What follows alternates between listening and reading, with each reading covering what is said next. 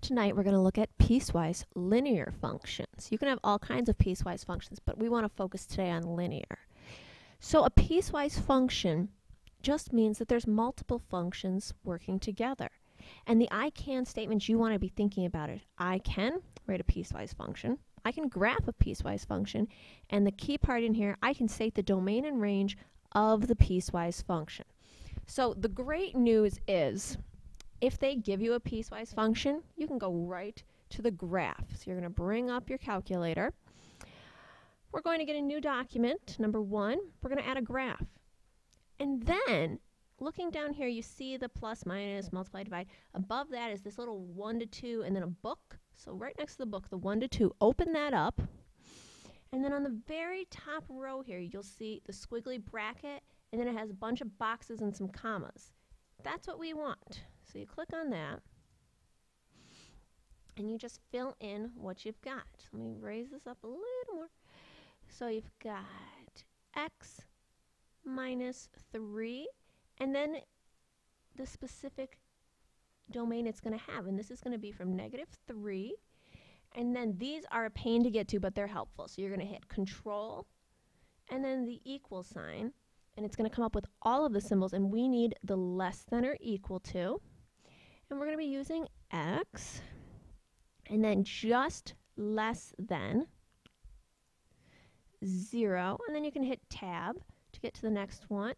I'm going to just write 1.5 instead of 1/2. They're all the same, so 1.5x plus 4, and then a nice, this is going to be 0, less than or equal to x, which is less than or equal to 4. Hit enter. Ah, it's the most beautiful thing I've ever seen. I'm sure the same for you.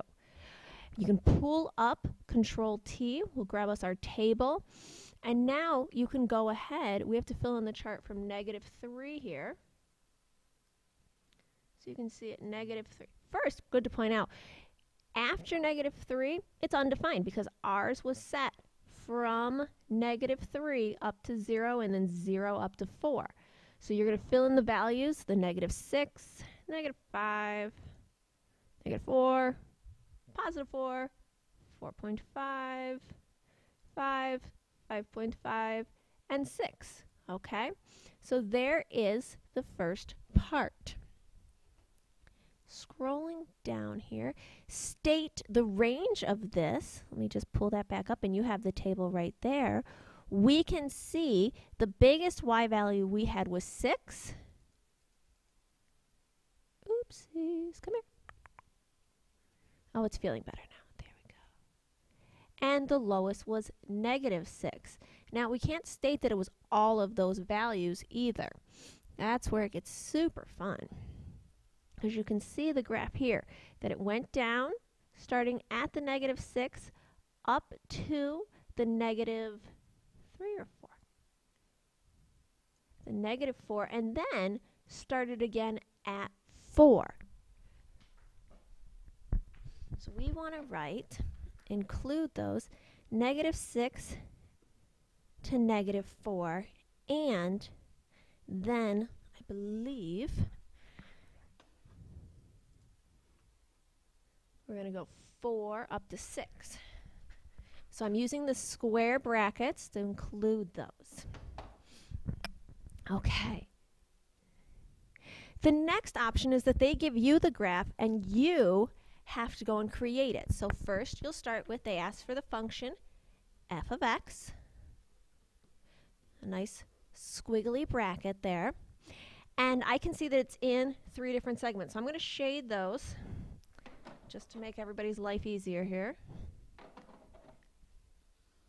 Okay. We then have to write the equation of each of those. I'm going to start with the green, well, because it's a horizontal line and it's pretty darn easy. So 1, 2, 3, 4. So I'm going to have 4, right? It would be y equals 4, would make that horizontal line.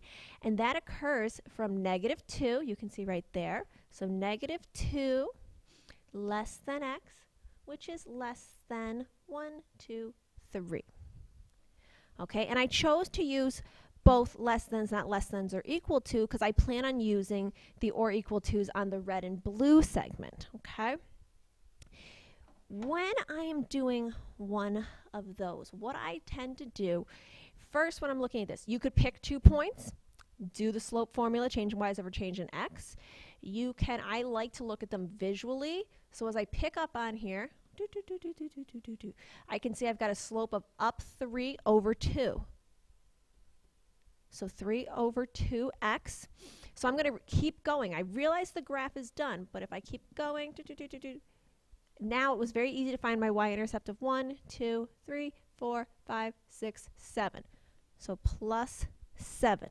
And that's where the restricted domains come in, that yes, I had the graph continue on, but my graph is only here till -2, correct?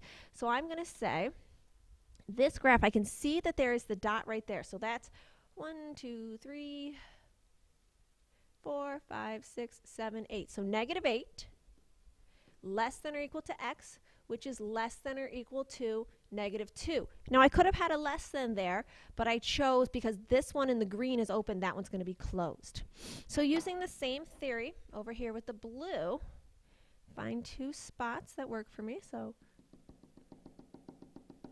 I went up 1, 2, 3, 4, and I went left 2. So up 4 over -2 reduces down to -2. So I'm going to have -2x, my slope of 2, and then I'm going to go up 2 again. So up 2 over 1, up 2 over 1. And as great as this theory is, it's run out of space here. So we could look at other ways of doing it. And again, you could just extend the graph as well. I'm going to pick to use this point, 1, 2, 3, 4, 5. So I've got the point 5, 0. And I'm going to use y equals mx plus b. My y value, 0. My slope, -2. My x value, 5, and b is the question. So 0 equals -10 plus b, and I add the 10 over, and I can find out I have a y-intercept of 10.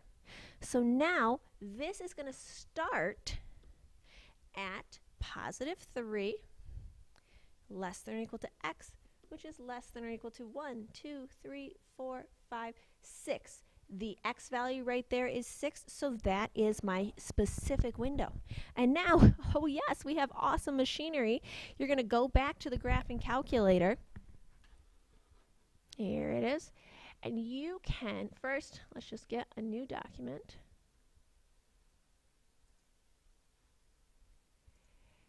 You'll see right here, right next to the button we just used, now there's one that has 3 in there. So you just click and you say, yep, I would like to do 3 functions.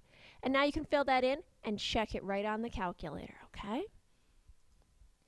In the next one, you're going to go ahead and you're going to graph this one. You're going to try this. And it's asking about y-intercepts.